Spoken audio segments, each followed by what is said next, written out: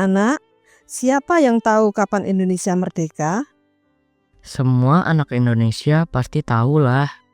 Kalau begitu, Indonesia merdeka dari penjajahan siapa? Jepang dan juga Belanda. Asik, kita sudah bebas. Tapi, sampai saat ini kita juga tidak merdeka-merdeka amat. Buktinya tidak ada kebebasan ekonomi, pendidikan, dan lain-lain. Manusia selalu ingin bebas, namun selama masih hidup di dunia, manusia harus terus berjuang. Oh, aku tahu. Ada yang jauh lebih penting dari semua itu, yaitu bebas dari dosa, karena dosa itu membelenggu. Setelah bebas dari dosa, kita jadi budak Allah Bapa, Yesus, dan Roh Kudus yang memerintah kita dengan kasih dan kebenaran.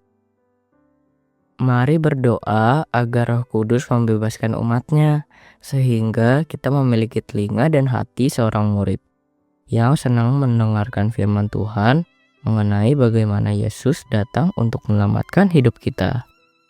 Shalom anak-anak sekalian, senang sekali hari ini kita bisa jumpa kembali untuk belajar kebenaran firman Tuhan. Ayo kita sama-sama berdoa memohon pertolongan Tuhan. Bapa dalam sorga, kami sungguh bersyukur untuk waktu yang Tuhan sediakan bagi kami boleh kembali belajar kebenaran firman-Mu.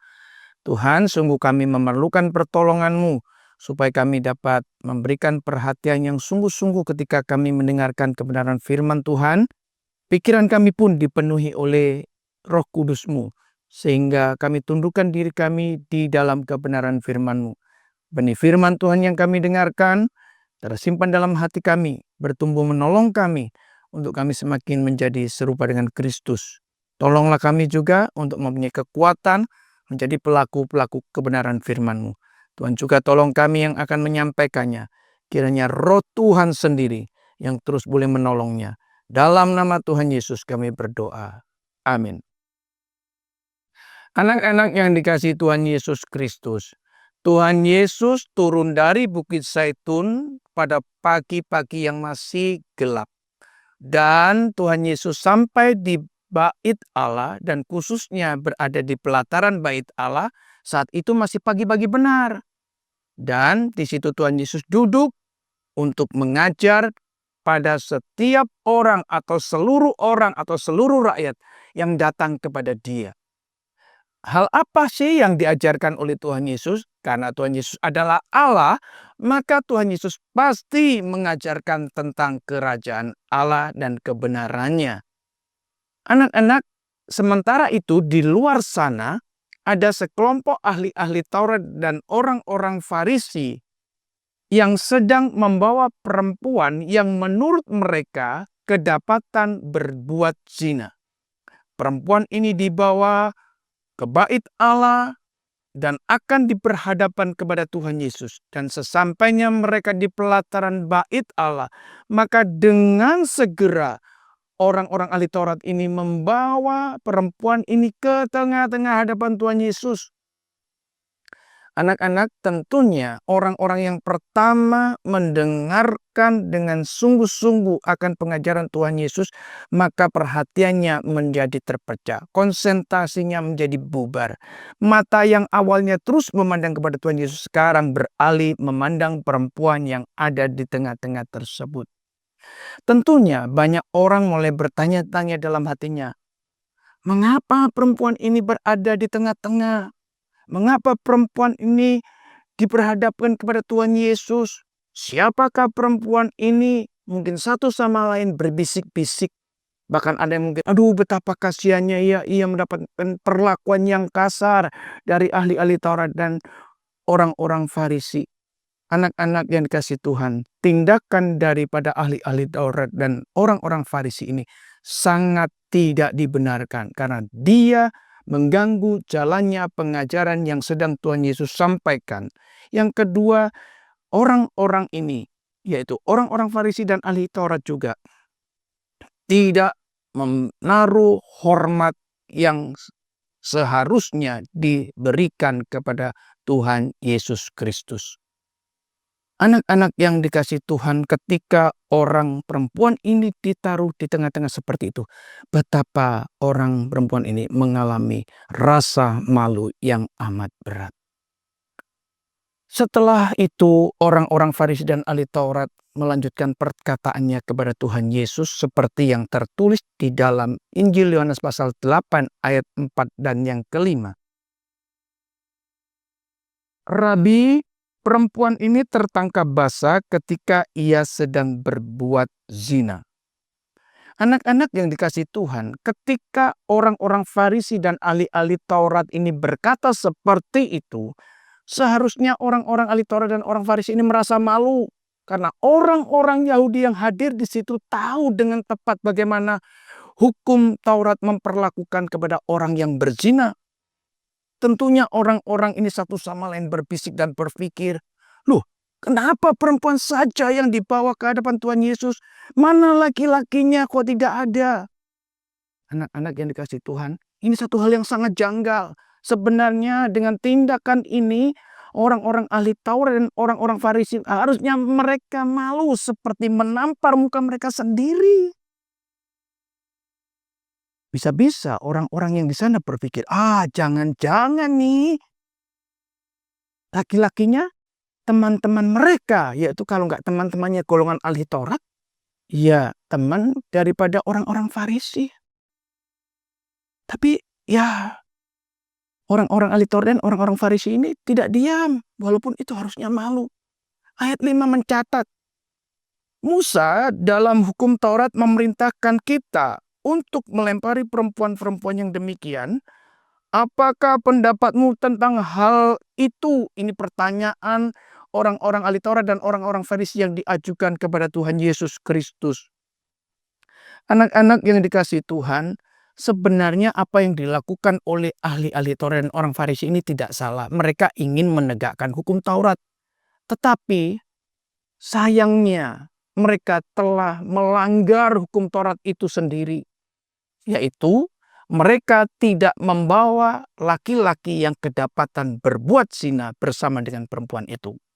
Karena hukum Taurat yang tertulis di dalam Alkitab, di dalam kitab Imamat pasal 20 ayat 10 dan kitab Ulangan pasal 22 ayat 22 sampai 24 memberitahukan kepada kita bahwa seharusnya baik laki-laki dan perempuan itu harus sama-sama dirajam dengan batu. Tidak ada perkecualian.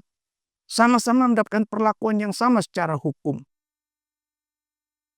Kalau begitu, apa sih sebenarnya yang terjadi dalam diri orang-orang Farisi dan ahli-ahli Taurat ini? Yang terjadi adalah yang pertama, bahwa mereka tidak bisa menyeimbangkan antara keadilan Allah dan kasih Allah.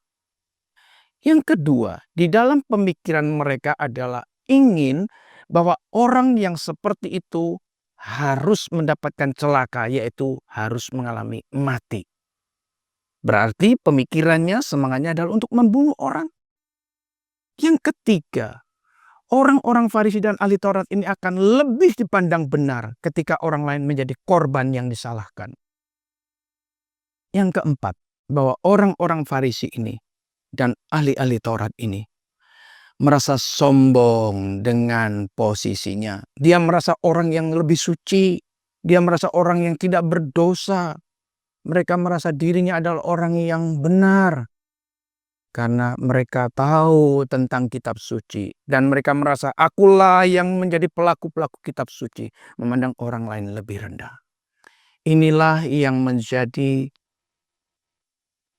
dasar untuk orang-orang ahli-ahli Taurat dan orang-orang Farisi untuk membawa datang perempuan yang kedapatan berbuat zina ini ke hadapan Tuhan Yesus.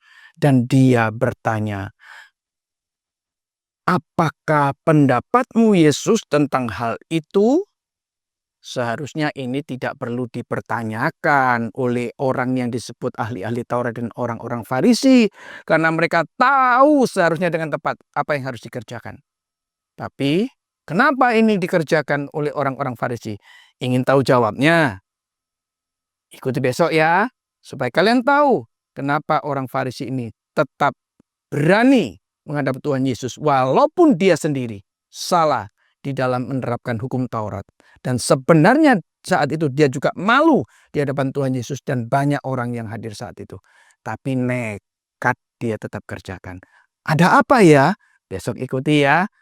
Dan hari ini Bapak berpesan melalui renungan firman Tuhan, jangan kau dan termasuk aku mempunyai semangat yang salah seperti orang-orang Farisi dan ahli Taurat. Yang pertama, tidak bisa menyeimbangkan keadilan Allah dan kasih Allah. Jangan sampai kita menjadi orang yang berpikiran ingin mencelakai bahkan membunuh orang lain. Jangan sampai kita juga menjadi orang-orang yang merasa sombong karena kita merasa lebih daripada orang lain. Dan jangan juga kita punya semangat kita ingin tampil benar ketika orang lain kita persalahkan. Yuk kita sama-sama menjadi pelaku-pelaku seperti yang Yesus kerjakan, yaitu mengajarkan berita tentang kerajaan Allah kepada sebanyak mungkin orang yang datang kepada kita seperti orang-orang yang datang kepada Yesus di pelataran bait Allah. Amin. Mari kita sama-sama tundukkan kepala dan kita berdoa. Bapa di dalam sorga, kami sungguh sangat bersyukur dan berterima kasih. Melalui kebenaran firman Tuhan hari ini kami boleh diajar hal yang sangat indah, yaitu kami menjadi seperti Kristus yang senantiasa mempunyai kerinduan untuk mengajar orang lain tentang kerajaan Allah di dalam hidup kami sehari-hari. Biarlah orang yang datang kepada kami tidak mereka menjadi hidupnya sia-sia, tapi hidupnya menjadi orang-orang yang berpengharapan di dalam Yesus Kristus. Terima kasih untuk kebenaran firman-Mu hari ini. Dalam nama Tuhan Yesus kami berdoa. Amin.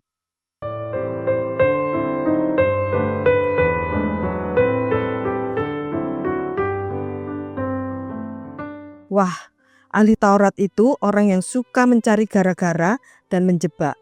Orang Farisi juga sama. Mereka suka memanggil Yesus sebagai rabi, padahal mengolok Yesus sebagai penipu. Kali ini dengan liciknya mereka memposisikan Yesus sebagai hakim di atas kursi pengadilan. Maka ketika melihat ada perempuan berbuat dosa, langsung saja diserahkan pada Yesus. Perhatikan baik-baik. Jangan kita bertindak seperti orang Farisi yang mencari cara supaya dapat menyalahkan Yesus. Orang-orang yang diberi kepercayaan untuk menjalankan keadilan harus dengan rendah hati datang kepada Yesus untuk meminta bimbingannya. Bersyukur sekali Yesus tidak terjebak. Dia sangat bijaksana, tidak gegabah dalam bicara. Inilah teladan Yesus. Kita dibuat terpesona.